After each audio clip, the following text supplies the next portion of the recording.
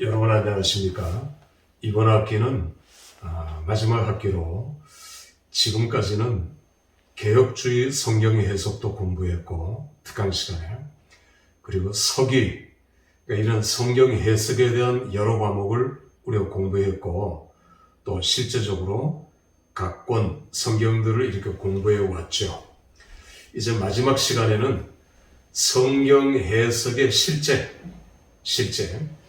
여호수아서를 중심으로 가장 중요한 기독론적 해석과 언약적 해석을 중심으로 여호수아서를 해석해 나가려고 합니다.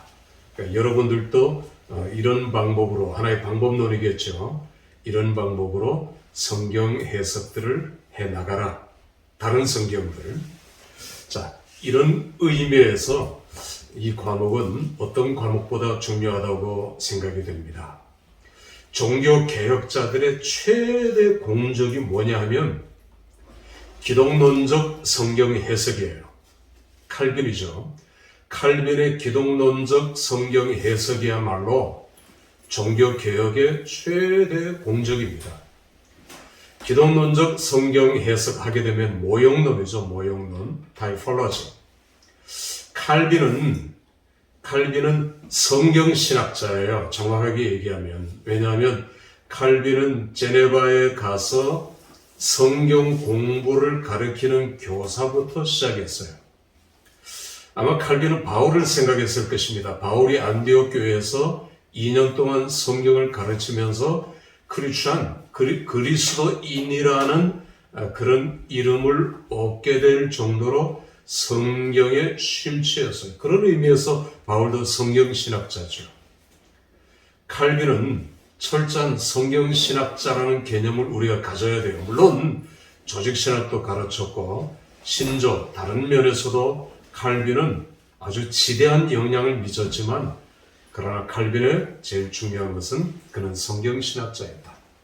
자, 우리는 첫 번째 그래서 칼빈의 타이폴로지 모형론에 대해서 먼저 살펴보려고 합니다. 모든 학문, 모든 학설은 하늘에서 뚝 떨어진 건 아니에요. 이게 서서히 체계를 잡아가고 그리고 한 사람뿐만 아니라 칼빈은 인문학적인 교육을 받았기 때문에 인문학적인 지식이 깔려 있어요. 그걸 충분히 이용하고 활용하는 거죠. 그렇다고 칼빈이 어떤 인문학자 그렇게 불러서는 안 되고 인본주의자라고 불러서는 안 돼요. 여러분도 마찬가지입니다. 대학에서 혹은 학교에서 뭘 기초로 하고 뭘 전공으로 했든지 우리는 여러 분야에서 배우지 무슨 꼭 한 사람에게 그렇게 전수하는 물론 그런 예도 있긴 하지만 그건 아니거든요. 그래서 칼빈은 이 타이폴로지, 기독론을 누구에게 어디서 영향을 받았느냐 하면 자, 안디옥 학파가 있고 알렉산드리아 학파가 있어요. 유대인의 그 디아스포라, 유대인 디아스포라는 위로 올라가면 북이스라엘이 망할 때, 남유다가 망할 때, 또 더 뒤로 가면은 AD 70년을 기점으로 예루살렘이 멸망하고 이스라엘이 로마의 완전한 식민지가 되면서 디아스포라 뿔뿔이 다 흩어졌어요. 그 흩어진 유대인들의 최대 디아스포라가 알렉산드리아라고 했죠. 알렉산드리아 안에 100만 적어도 그 당시 예수님 당시 그 주위에 흩어진 유대인들 디아스포라 약 한 300만을 잡거든요. 어마어마한 숫자입니다. 최대 디아스포라예요. 두 번째 디아스포라가 어딘지 아셔요? 예? 안디옥입니다. 안디옥은 다마스커스 바로 위에 있죠. 지리적으로도. 그래서 안디옥에도 어마어마한 유대인 디아스포라가 형성되었어요. 당대에 예수님 당대에 바울 당시에 세계 최대 로마 제국의 도시는 당연히 로마죠. 두 번째가 알렉산드리아, 인구면, 규모면으로 볼 때, 세 번째가 안디옥, 네 번째가 아테네, 에덴, 그리고 에베소, 이런 로마 제국에 흩어진 대도시 중에 디아스포라 넘버원이 알렉산드리아. 그래서 알렉산드리아 학파가 생겨나게 됐어요.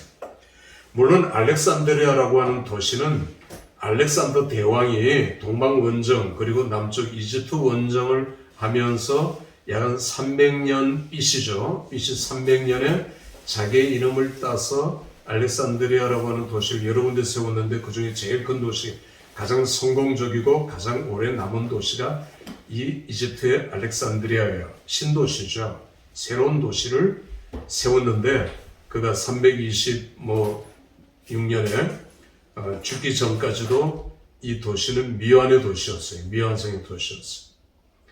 그 알렉산드리아 학파가 그때부터 생겨나기 시작한 겁니다. 알렉산드리아 학파는 가장 중요한 인물은 오리겐이에요. 풍유적 해석, 알레고리칼한 해석의 대가죠. 알렉산드리아 학파는 풍유적 해석을 통해서 성경을 영적으로 해석했어요. 영적인 해석을 가장 중요시했어요. 영적인 해석을 하려면 성경에 대한 지식이 굉장히 좋아야 되겠죠. 높아야 되겠죠. 알레고릭이 다 나쁜 건 아닙니다. 한 예를 들면 철로 역정은 철저한 알레고릭, 풍요적 해석이에요. 이제 그 기독자가 밤에 어느 집에 들어갔는데 캄캄해서 아무것도 안 보였는데 아침에 햇빛이 이렇게 들어오는데 그 문틈 사이로 들어오는 햇빛이 안에 수많은 먼지 아주 자욱하게 그렇게 그때서야 깨닫게 된 거죠. 마치 우리 속에 내가 죄인인 줄, 내 속에 죄로 가득 차 있는 줄 몰랐는데 예수 그리스도의 빛이 성령이 내 안에 들어옴으로 인해서 내가 죄인인 것을 깨달았다. 이게 알레고리칼한 전형적인 해석이에요. 그래서 내가 성령의 물을 뿌리고 빗자루를 들고 내 죄를 하나씩 조금씩 씻어 내려갔다라고 하는 크리스천, 그게 철로 역정의 알레고리칼한 해석 아닙니까? 여러분 은혜롭지요? 이런 해석 옛날에 많이 했어요. 요즘 조금들 자제하지만 여전히 풍유적 해석은 어쩌면 지금도 필요합니다. 자, 이런 알레고리칼한 해석이 알렉산드리아 학파예요. 우리가 바울 서신에 보면 알렉산드리아 학파 출신 아볼로가 나오죠. 그런데 아볼로도 풍유적 해석자는 아니에요. 그가 성경 박사. 그러니까 아볼로는 처음에는 지리적 특성을 배경으로 해서 거기서 알렉산드리아 학파 이렇게 하지만 나중에는 지역을 뛰어넘어서 내가 다른 디아스포라에 살아도 나는 알렉산드리아 학파일 수 있고 나는 안디옥 학파일 수 있는 거예요. 안디옥 학파도 비슷한 시기에 시작되었고 안디옥 학파의 대가는 크리소스톰입니다. 황금의 입을 가진 크리소스톰은 혹은 예수님 당시에 필로라고 하는 위대한 성경학자가 있어요. 안디옥 학파는 성경을 어떻게 해석했느냐 하면 문자적으로 그리고 배경을 중요시했고 문해적 해석을 중요시했고 성경의 그 앞에 뒤에 이런 것들을 통해서 성경 본문을 철저하게 이해하고 해석하려고 했던 학파가 안디옥 학파예요. 다르죠? 알렉산드리아 학파의 차이예요. 그럼 여러분 바울은 나는 안디옥 학파다, 나는 알렉산드리아 학파다라고 얘기한 적이 없어요. 그러니까 저는 제 개인적입니다. 제 개인적인 주관이에요. 바울은 어디에 더 가까울까? 자, 여러분 한번 생각해 보세요. 바울은 풍유적 해석은, 알레고리칼 해석은 전혀 하지 않았어요. 오히려 이쪽이에요, 이쪽. 바울은. 그래서 이건 제 학설입니다. 여러분이 따라올 필요는 없지만 우리가 터키의 지도를 이렇게 그리면 자,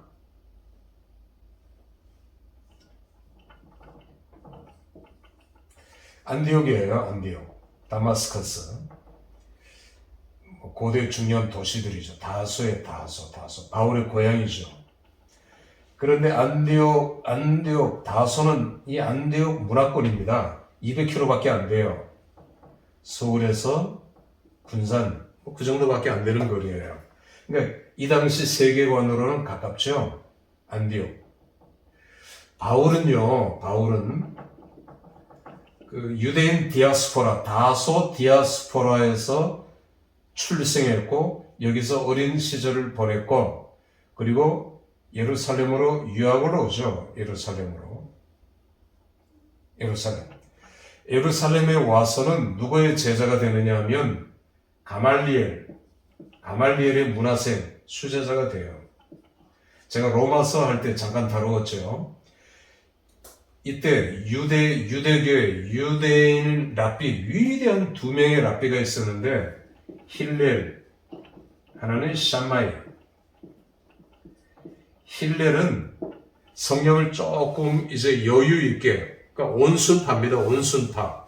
샴마이는 철저한 율법주의자들이에요. 율법주의로. 그리고 과격했어요.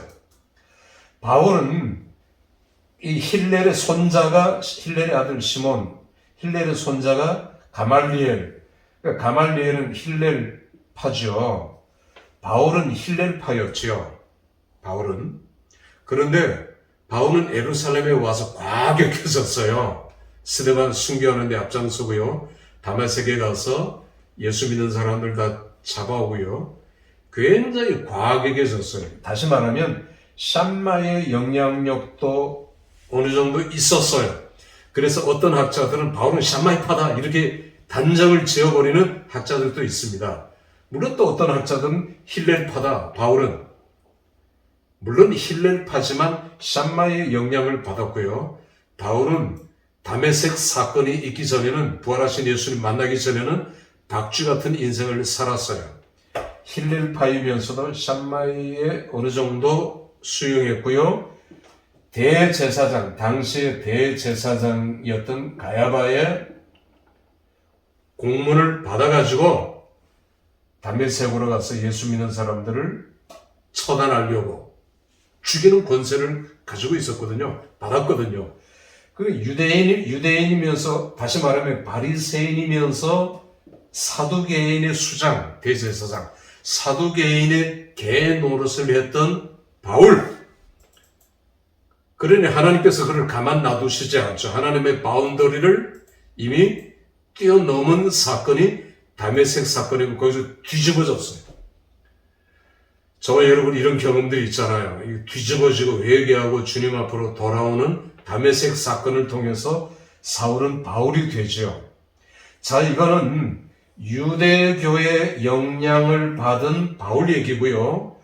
바울 서신, 바울의 학문은 헬라, 당시 소아시아, 헬라의 문화권, 헬라의 영향권, 다시 말하면 아리스토텔레스, 플라톤, 소크라테스의 영향을 받았던 바울이에요. 그 학문을 공부했던 바울이에요. 그래서 바울은 안디옥 학파와 더 가까웠을 것이다. 이건 제 추측입니다. 이렇게 얘기하는 사람은 거의 없지만, 왜냐하면 지리학적으로 제가 이런 얘기를 여러 번 했죠.